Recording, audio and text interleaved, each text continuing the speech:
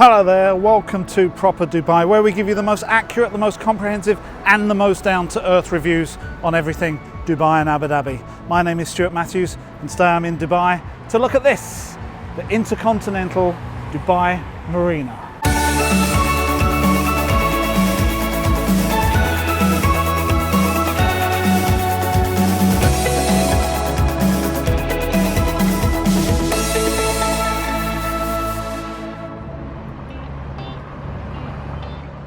So just as a bit of background, we're right in the middle of Dubai Marina. There's Dubai Marina, Marina Mall on one side, and on this side is Jumeirah Beach Residence, which is the huge original development here.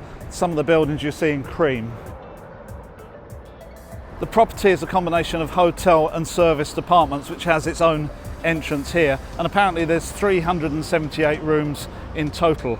It's a fairly new hotel because it's only opened in 2015, so let's go and have a look.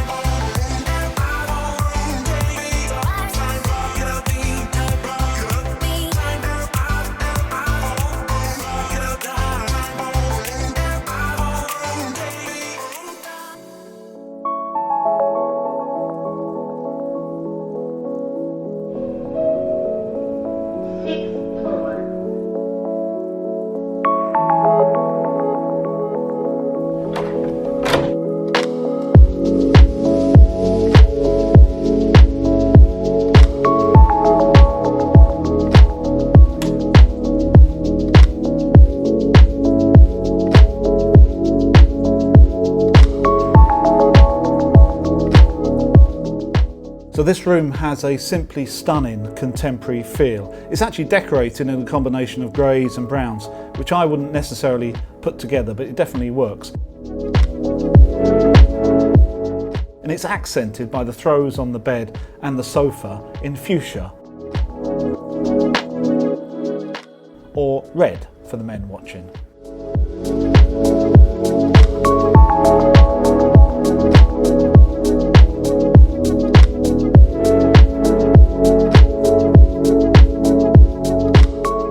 One thing that's made me very happy here is the ease of finding some power. I've got a 240 volt socket in front of me on the desk. There's another two behind me. There's one either side of the bed that's really easy to get to for your mobile phone charging, and another one by the luggage. So it doesn't take much to keep me happy.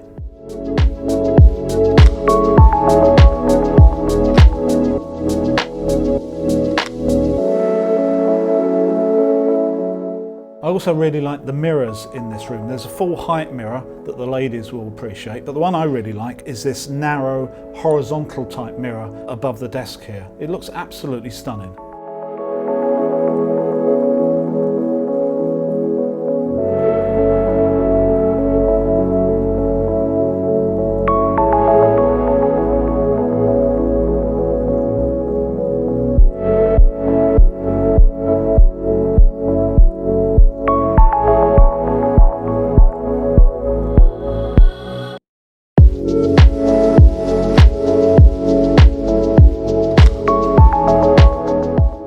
The bathroom is absolutely full of glass, and together with the Korean type bath and sinks gives a really modern feel.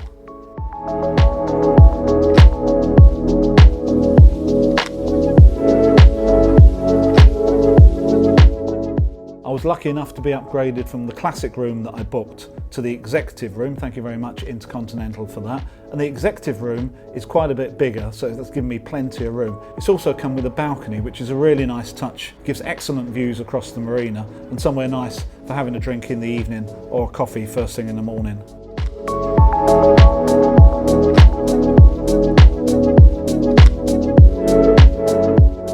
This executive room is very generous in size. It's quite a big room. In fact, it's almost big enough to ride a bike in it.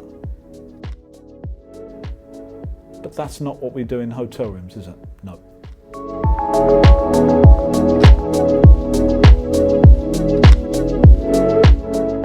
And lastly, I've been in plenty of hotel rooms with motorised curtains of some kind, and I've never come across one as quiet as this.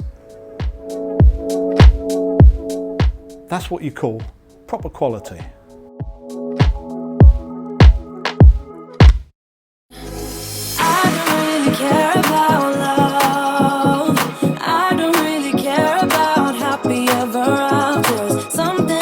You give me hope, something about you, yeah. When the sun goes down and the night sky's falling, do you believe in one-time lovers? 'Cause deep inside of my wildest dreams, you'll be by my side when the sun goes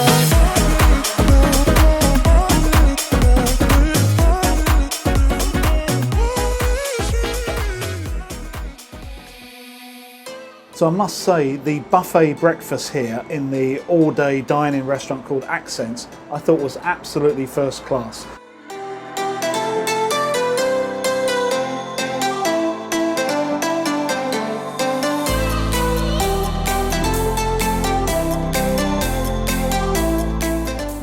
As well as just about everything you could possibly want. The restaurant opens itself up when the weather's good to an indoor and outdoor seating area, which I thought was absolutely lovely.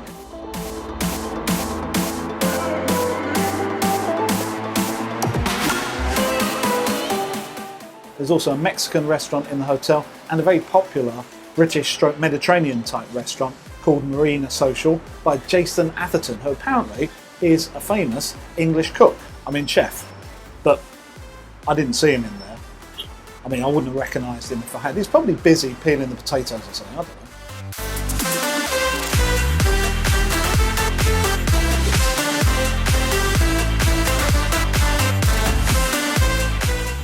It's obvious that a lot of guests here are on business, and the hotel also has a lot of meeting rooms where I saw some corporate training ongoing as well. However, it also caters really well for the tourist market and somehow manages to find a compromise in between.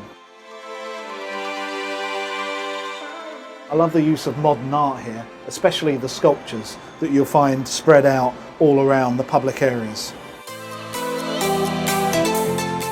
The staff were kind enough to show me the Penthouse Suite, which has 4 bedrooms and one, of course, for the maid. And it comes with a full-size kitchen and office and a massive living room as well. And yours for only $2,000 or $3,000 a night.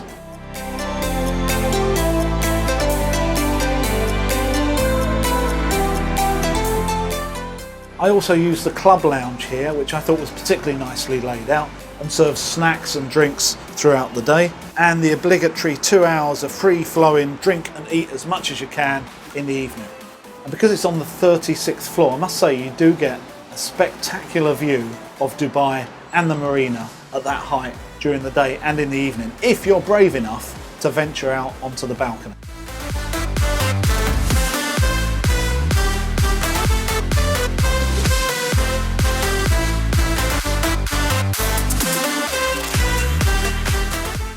So I've just paid 850 dirhams for a classic room on a room-only basis. That's about £160 or $230, which is around about the typical cost for this hotel. One thing I didn't really appreciate about the location until I got here was how many places you can eat at within such a short walk of the hotel. On one side, within a 5 or 10 minute walk, there's Marina Mall and Pier 7 with the specialty restaurants there. And on this side of the hotel, within an even shorter walk, gets you right in the middle of the Walk, which is a strip of hotels and restaurants which gives you even more choice. And just beyond that, the newest area of the marina is called the Beach. I wonder how they came up with that name, with even more restaurants and nightlife, just in case you haven't had enough.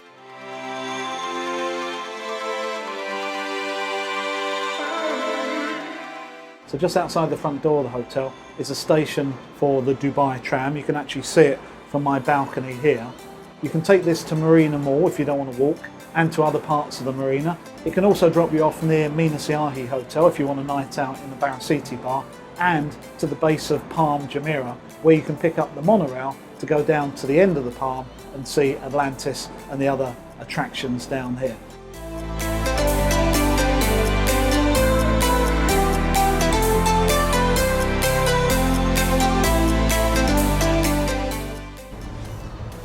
finally having a bit of a sit down after doing all that filming. The things I do for you, it's nobody's business at all.